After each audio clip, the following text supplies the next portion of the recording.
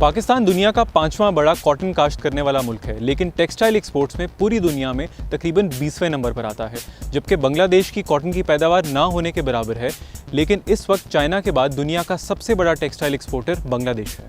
आखिर ऐसा है क्यों?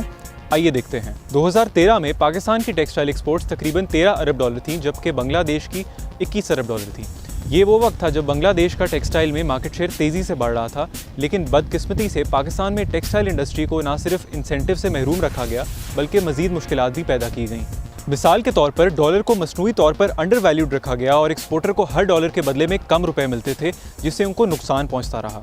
एक बड़ा मसला ये भी था कि पाकिस्तान में इंडस्ट्री को फराहम की जाने वाली बिजली और गैस की कीमत भी बांग्लादेश, चाइना और इंडिया के मुकाबले में काफ़ी ज़्यादा थी, और इसके अलावा एक्सपोर्टर्स को हुकूमत की जानिब से उनके अरबों रुपए के टैक्स रिफंड्स भी वापस नहीं दिए जाते थे, ताकि हुकूमत अपना टैक्स रेवेन्यू ज़्यादा दिखा सके। इसका नतीजा ये निकला कि पाकिस्तान में डी इंडस्ट्रियलाइजेशन हो गई, और 2018 में जहाँ बांग्लादेश की टेक्सटाइल एक्सपोर्ट्स 57% इजाफे के साथ 21 से $33 अरब पर पहुँच गई, वहाँ पाकिस्तान की सिर्फ 3% इजाफे के साथ 13 से 13.4 अरब तक ही पहुंच सकी। और क्योंकि टेक्सटाइल इंडस्ट्री का पाकिस्तान की ओवरऑल एक्सपोर्ट्स में 50% से भी ज़्यादा हिस्सा है, इसलिए पाकिस्तान की ओवरऑल एक्सपोर्ट्स में भी इन 5 सालों में कोई इजाफा नहीं देखा गया। जब मौजूदा हुकूमत इक़्तिदार में आई तो मईशत को कई मसाइल दरपेश थे, जैसा कि तारीखी करंट अकाउंट डेफिसिट, तेज़ी से गिरते हुए फॉरेन एक्सचेंज रिजर्व्स और मसनूई तौर पर फिक्स किया गया एक्सचेंज रेट, जिसकी वजह से एक अनसस्टेनेबल इंपोर्ट लेड इकॉनमी ने जन्म लिया और एक्सपोर्ट्स को बेहद नुकसान पहुंचा। इस हुकूमत ने सबसे पहले तो डॉलर के एक्सचेंज रेट को मार्केट ड्रिवन किया, जिससे वो अपनी फेयर वैल्यू पर आ गया। मज़ीद आसानी पैदा करने के लिए एक्सपोर्टर्स को फराहम की जाने वाली बिजली को 11 से कम करके 7.5 सेंट किया गया, ताकि पाकिस्तान खित्ते में दीगर ममालिक से कम्पीट कर सके। इसी तरह गैस की कीमत को कम करके 6.5 सेंट पर MMBTU पर फिक्स किया गया, और एक्सपोर्टर्स के रिफंड्स को यकीनी बनाने के लिए FPR के रिफंड सिस्टम में बेहतरी लाई गई, और ना सिर्फ इस दौरे हुकूमत के रिफंड्स दिए गए, बल्कि माजी के तमाम बकाया जात को अदा किया गया। इसके अलावा 1600 से ज़ायद रॉ मटीरियल आइटम्स पर कस्टम ड्यूटी भी ख़त्म की गई। फिर 2020 के शुरू में कोरोना वायरस की वबा आई और दुनिया भर की मईशत को तारीखी नुकसान पहुँचा,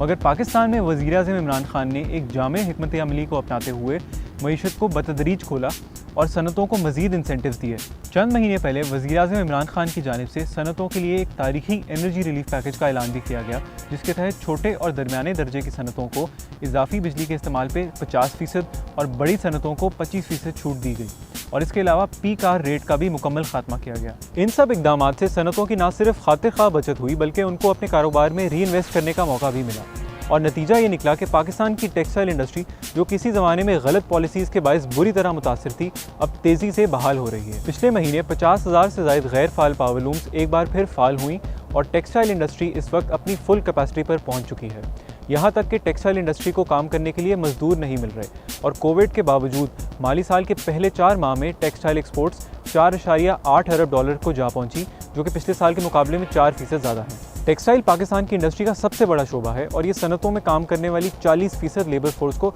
रोज़गार फराहम करता है। 2018 से कबल दुनिया की टेक्सटाइल इंडस्ट्री, जो बांग्लादेश और दीगर ममालिक में शिफ्ट हो रही थी, अब वापस पाकिस्तान आ रही है, और पाकिस्तान की सबसे बड़ी एक्सपोर्ट इंडस्ट्री होने की हैसियत से पाकिस्तान को गैर मुस्तहकम इंपोर्ट लेड इकॉनमी से एक पायदार एक्सपोर्ट लेड इकॉनमी बनाने में भरपूर किरदार अदा करेगी।